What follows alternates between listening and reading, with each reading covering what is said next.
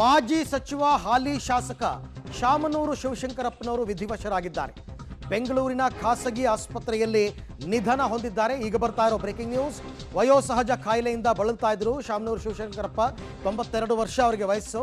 ಚಿಕಿತ್ಸೆ ಫಲಿಸದೆ ಖಾಸಗಿ ಆಸ್ಪತ್ರೆಯಲ್ಲಿ ನಿಧನ ಹೊಂದಿದ್ದಾರೆ.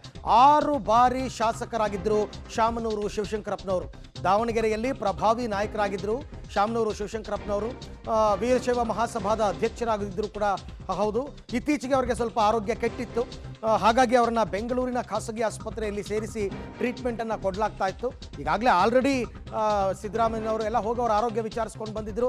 ಇನ್ನೇನು ಸದ್ಯದಲ್ಲೇ ಅವರು ಹುಷಾರಾಗ್ತಾರೆ ಅನ್ನುವಂತಹ ಒಂದು ಆಶಾದಾಯಕ ಬೆಳವಣಿಗೆ ಕೂಡ ಆಗಿತ್ತು. ಬಟ್ ಈಗ ಬರ್ತಾ ಇರೋ ಬ್ರೇಕಿಂಗ್ ನ್ಯೂಸ್ ಪ್ರಕಾರ ಚಿಕಿತ್ಸೆ ಫಲಿಸದೆ ಖಾಸಗಿ ಆಸ್ಪತ್ರೆಯಲ್ಲಿ ಶಾಮನೂರು ಶಿವಶಂಕರಪ್ಪನವರು ನಿಧನರಾಗಿದ್ದಾರೆ. 6 ಬಾರಿ ದಾವಣಗೆರೆಯಲ್ಲಿ ಅವರು ಶಾಸಕರಾಗಿ ಸೇವೆ ಸಲ್ಲಿಸಿದ್ರು, ಸಚಿವರು ಕೂಡ ಆಗಿದ್ದರು. ಅತ್ಯಂತ ಹಿರಿಯರು, ಕಾಂಗ್ರೆಸ್ ಪಕ್ಷದ ಹಿರಿಯರು. ಅದರಲ್ಲೂ ಈಗ ಅಧಿವೇಶನ ಕೂಡ ನಡೀತಾ ಇದೆ. ಈ ಸಂದರ್ಭದಲ್ಲೇ ಈಗ ಅವರು ಕೂಡ ವಿಧಿವಶರಾಗಿರ್ತಕ್ಕಂಥದ್ದು. ಅಲ್ಲಿಗೆ ಮೇಟಿ ಅವರಾಯಿತು, ಸಿಟ್ಟಿಂಗ್ MLA. ಈಗ ಶಾಮನೂರು ಶಿವಶಂಕರಪ್ಪನವರು ಅವರು ಸಿಟ್ಟಿಂಗ್ MLA, ಅವರು ಕೂಡ ಈಗ ಮೃತಪಟ್ಟಿರ್ತಕ್ಕಂಥದ್ದು. ಈ ಬಗ್ಗೆ ಮತ್ತಷ್ಟು ಮಾಹಿತಿ ನನ್ನ ಕೊಲೀಗ್ ಸುಕೇಶ್ ಅವರಿಂದ ಪಡ್ಕೊಳ್ಳೋಣ. ಸುಕೇಶ್, ಯಾವಾಗ ಎಷ್ಟು ಗಂಟೆಗೆ ಇದು ವಿಧಿವಶರಾಗಿದ್ದು, ಡೀಟೇಲ್ಸ್ ಏನಿದೆ? ಅರವಿಂದ್ 94 ವರ್ಷ ವಯಸ್ಸಿನ ಹಿರಿಯ ಶಾಸಕರು ಕೂಡ ಹೌದು ಶಾಮನೂರು ಶಿವಶಂಕರಪ್ಪನವರು. ಕಾಂಗ್ರೆಸ್ನ ಹಿರಿಯ ನಾಯಕರು ಹೌದು, ಮಾಜಿ ಸಚಿವರು ಕೂಡ ಹೌದು ಅವರು. ಆದ್ರೆ ಕಳೆದ 1 ತಿಂಗಳಿಂದ ವಯೋಸಹಜ ಕಾಯಿಲೆಯಿಂದ ಬಳಲ್ತಾ ಇದ್ರು ಮತ್ತು ಖಾಸಗಿ ಆಸ್ಪತ್ರೆ ಒಂದರಲ್ಲಿ ಬೆಂಗಳೂರಲ್ಲಿ ತೀವ್ರ ನಿಗಾ ಘಟಕದಲ್ಲಿ ಅವರಿಗೆ ಚಿಕಿತ್ಸೆ ಕೂಡ ನೀಡಲಾಗ್ತಾ ಇತ್ತು. ಇವತ್ತು ಸಂಜೆ 6:45 ಸುಮಾರಿಗೆ ಅವರು ನಿಧನರಾಗಿದ್ದಾರೆ ಅನ್ನುವಂತ ಮಾಹಿತಿಗಳು ಖಚಿತವಾಗ್ತಾ ಇದೆ. ಹಾಗಾಗಿ ಮುಂದೇನು ಅನ್ನೋದ್ರ ಬಗ್ಗೆ ಬಹುಶಃ ಅವರ ಕುಟುಂಬ ತೀರ್ಮಾನ ಮಾಡಬೇಕಾಗುತ್ತೆ. ಆದ್ರೆ ಕಳೆದ 1 ತಿಂಗಳಿಂದ ಕೂಡ ಅವರು ತೀವ್ರ ನಿಗಾ ಘಟಕದಲ್ಲಿ ಚಿಕಿತ್ಸೆ ಪಡಿತಾ ಇದ್ರು. ಆ ಒಂದು ಚಿಕಿತ್ಸೆ ವಿಫಲವಾದ ಕಾರಣ ಈಗ ಕೆಲವೇ ನಿಮಿಷಗಳ ಮೊದಲು ಅವರು ನಿಧನರಾಗಿದ್ದಾರೆ ಅನ್ನೋ ಮಾಹಿತಿ ಕೂಡ ಬರ್ತಾ ಇದೆ. ಓಕೆ, ಈಗಾಗಲೇ ಕುಟುಂಬಸ್ಥರು, ಮಲ್ಲಿಕಾರ್ಜುನ್ ಅವರು ಎಲ್ಲರೂ ಕೂಡ ಆಸ್ಪತ್ರೆಯಲ್ಲ ಇದ್ರಾ, ಹೇಗೆ ಅಂತ ಸುಕೇಶ್? ಅಂದ್ರೆ ಕಳೆದ ಕೆಲವು ದಿನಗಳಿಂದ ಅವರಿಗೆ ತೀವ್ರ ನಿಗಾ ಘಟಕದಲ್ಲಿ ಚಿಕಿತ್ಸೆ ಕೊಡ್ತಾ ಇದ್ರಿಂದ ಸಹಜವಾಗಿ ಬೇರೆ ಬೇರೆ ಕಡೆ ಇದ್ರು. ಇನ್ನು ಕುಟುಂಬಸ್ಥರು ಕೂಡ ಬರಬೇಕಾಗುತ್ತೆ. ಆಸ್ಪತ್ರೆಗೆ ಬಂದ ನಂತರದಲ್ಲಿ ಮುಂದಿನ ತೀರ್ಮಾನ ಏನು ಅನ್ನೋದ್ರ ಬಗ್ಗೆ ನಿರ್ಧಾರವನ್ನು ಕೈಗೊಳ್ಳುವಂತ ಸಾಧ್ಯತೆ ಇದೆ. ಸದ್ಯಕ್ಕೆ ಅಂದ್ರೆ ಅವರ ಕುಟುಂಬಕ್ಕೆ ಸಂಬಂಧಪಟ್ಟಂತ ಒಂದು ಖಾಸಗಿ ಆಸ್ಪತ್ರೆಯಲ್ಲಿ ಅವರು ತೀವ್ರ ನಿಗಾ ಘಟಕದಲ್ಲಿ ಚಿಕಿತ್ಸೆ ಪಡಿತಾ ಇದ್ರು. ಅಲ್ಲೇ ಅವರು ಅಸನಿಗಿದ್ದಾರೆ ಅನ್ನುವಂತ ಒಂದು ಮಾಹಿತಿ ಕೂಡ ಬರ್ತಾ ಇದೆ. ಅಂದ್ರೆ ಅಲ್ಲಿಗೆ ಸಿಟ್ಟಿಂಗ್ MLA ಕೂಡ ಹೌದು. ಇತ್ತೀಚೆಗೆ ಮೇಟಿ ಅವರು ನಿಧನರಾಗಿದ್ದರು. ಅದಾದ ನಂತರ ಈಗ ಕಾಂಗ್ರೆಸ್ಗೆ ಮತ್ತೊಂದು ಆಘಾತ. ಅತ್ಯಂತ ಹಿರಿಯರು, ಲಿಂಗಾಯತ ಸಮುದಾಯದ ಪ್ರಭಾವಿ ನಾಯಕರು. ಸೊ ಹಾಗಾಗಿ ಈಗ ಅವ್ರನ್ನ ಕಳ್ಕೊಂಡಿರ್ತಕ್ಕಂಥದ್ದು ಒಂದು ದೊಡ್ಡ ನಷ್ಟ ಸುಕೇಶ್.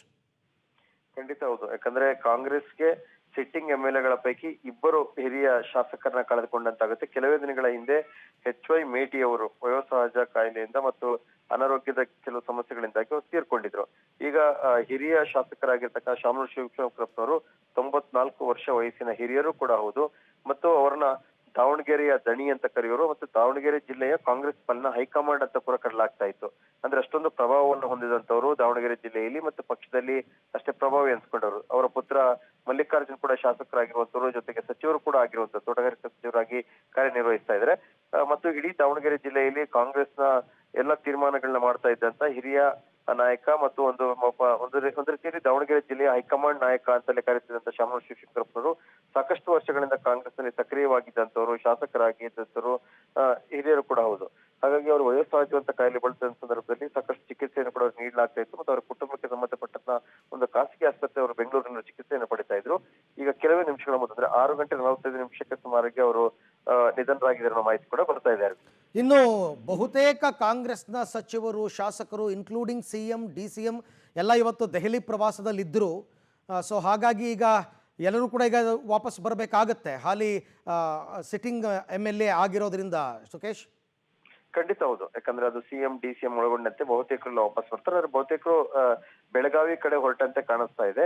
ಇಲ್ಲಿಗೆ ಬಂದ ನಂತರ ಯಾಕಂದ್ರೆ ಈಗಾಗಲೇ ಅಧಿವೇಶನ ನಡೀತಾ ಇದೆ ಮತ್ತು ಅಧಿವೇಶನ ನಡೆಯುವಂತ ಸಂದರ್ಭದಲ್ಲಿ ಒಂದು ಅಲ್ಲಿರ್ತಕ್ಕಂಥ ಒಂದು ಪ್ರೋಟೋಕಾಲ್ ನ ಕೂಡ ಫಾಲೋ ಮಾಡ್ತಾರೆ.